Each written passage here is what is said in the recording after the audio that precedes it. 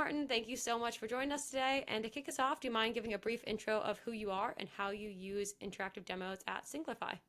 Thanks, Natalie. My name is Maarten Rooney. I'm the founder and co-founder CEO of Singlify. We're a UK-based social fintech. We focus on inclusive finance sectors, that is credit unions, microfinance institutions, social investors.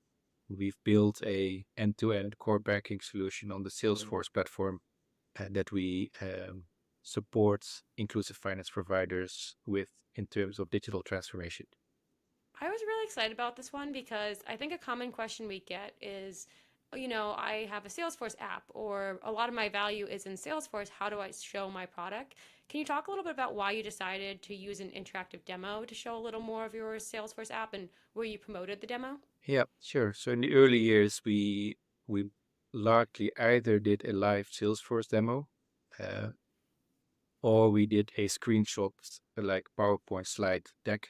Um, the disadvantage of doing a live Salesforce demo is that Salesforce is quite elaborate in terms of functionality, and if you solicit, and things might go wrong, of course, in a live demo in terms of connectivity, but also you can get easily lost into interactive questions. Say, oh, what happens if you click that button, and can you go there? And then before you know it, you lose the red thread of the story that you want to tell, and particularly if there's somebody from finance and a loan officer and a CEO on the call, they all have very different wishes and they can easily push you off track.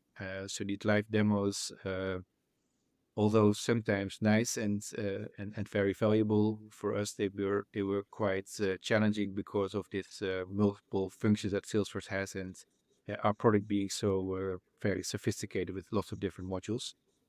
So we kind of wanted to move away from doing too many live demos. So then we switched more towards building a storyline in PowerPoint and with screenshots, which allowed us to stay on track. But the level of interactivity was very low, particularly with the product. So the sense of the product that customers would get would be limited to just individual screenshots. So we're kind of looking for something that sets in between those two extremes. And that's where Neventic fitted in very well for us because it gives us the ability to and give customers a real sense of the products where that's the real screens of Singlify, but we can still guide them through the product in a kind of pre-scripted way through which we can cover in 20 minutes, what you would otherwise cover in 45 minutes if you would do a live demo. Yeah, I love that point of live demos, especially of something like Salesforce, can sometimes get a little unruly. Maybe people get distracted or click here, click here. And if you're not a Salesforce expert, that can be a lot on the rep. So it sounds like you use basically a scaled down version in your sales cycle of the Nevatic interactive demo to stay focused on like one story. Yeah, that's right. Yeah, so we've built Singlify consists of about 10 different modules. So what we've done with Nevatic is build a setup where we have the menu on the right, and if somebody wants to focus on loan management, we click on the loan management uh, part of the menu. And if they want to focus on accounting subledger, we click there, and if we click on it, we then go through roughly 10 screens that go into depth around that individual topic. And we do that just by having those pointers on the screen. So we can still navigate as if it is a live environment. So it's very realistic in terms of how the real live setup is, but it's all, to some extent pre-recorded and pre-populated in a way that the customer gets the most value out of us using the time to demo the product. Yeah, I think that like using the checklist makes a lot of sense because then for reps, they can say, oh, someone asked me about this. I can dive into the checklist of that specific feature.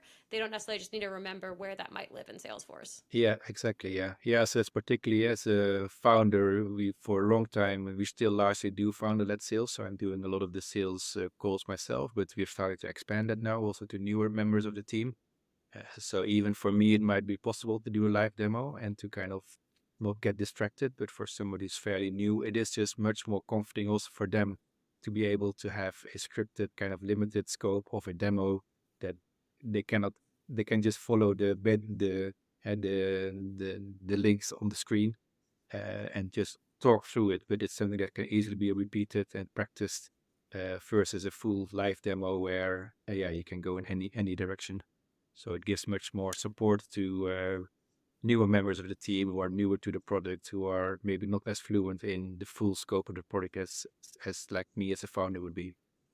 Yeah, it's a great point for transitioning from founder led sales. When you do need to train the team, it's not just giving them all at once, it's a little bit of time to learn. The switch from founder-led sales is I think for us, we're now 20 people and we're still very small on sales. It's all product development and implementations largely, but we're moving away from founder-led sales.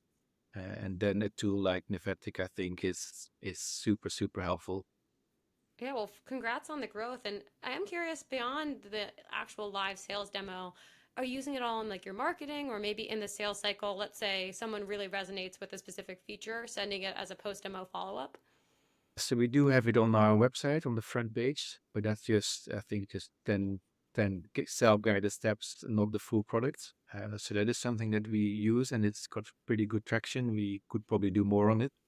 There are use cases that we have not done yet that I'm very excited about is to introduce in LinkedIn or our social media quick links to new features. So more rapid, shorter, a new feature on XYZ. Here's a link that people can actually experience it, so that we don't write a long blog post on product.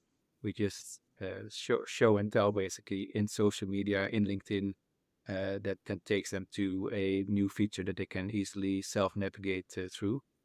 So we haven't done that yet, but that's something that I think will have a lot of traction with our customers because it actually gives them access to the real product, not just a story about it.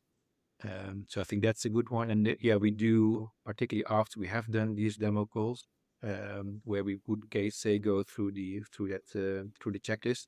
We do share that link often with customers afterwards so that they can share it further with their team and like navigate through the app themselves in combination with the call recording, because we often record the call where we not only do the Nevetic kind of walkthrough, but also more we also cover other topics. So that combination of sharing a recorded call that they can share with the broader team and a link to a online kind of demo like Nevetic is very powerful for us because not many people would listen back to a 30 or 45-minute Zoom recording, and people do, I think, tend to click on a hyperlink to a product that is a demo where they can navigate themselves through the products. Yeah, it just makes a lot of sense. Like after they've seen the product, that you can also share it with them. Unlike a normal live demo, you might, like you said, you might send the long recording, but I don't know the last time I've watched the full long recording. Versus you can send them just the specific features that they asked about. Here's, let's say there was someone brand new to your team who was trying to use Novatic for the first time, maybe wanted to build demos or use them in their own sales cycle. Any like tips that you'd have for a Novatic newbie? I think Nevetic is very intuitive. Not, yeah, it's pretty self-explanatory how you record pages and then connect them to each other. What we have done, I believe, for the last few people that are starting to use Nevetic is just record a few Loom videos that we put on our knowledge base for people to look at. And then, yeah, just to log into the Nevetic setup and look at the latest projects that we've launched. Either clone them, play around with them. But yeah, it's an intuitive tool. We found even people that are very new to the team, within an hour or two, they can understand the basics of Nevetic and start to. I think the technology is not the problem. The problem is more the storytelling itself and exactly which pages do you show, what's the pop-ups, what's the text, what is the storyline. It's funny. I always say that the hardest part is figuring out the story you want to tell. Once you know that, building out the actual demo isn't too challenging, but aligning on like the features, the story, the messaging. Okay, last question for me for today. Just curious if you've gotten any feedback from your team or customers or prospects about their Novatic experience. Yes, people like it. They've asked what is this tool that you're using. I think it's still fairly new. We're in the UK. I think these interactive demo tools are picking up a little bit of speed, but probably not as much as in the US yet.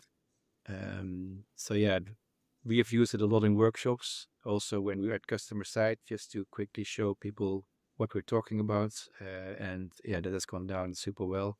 Perfect. Okay, that was the last question for me. Thank you so much for joining us today.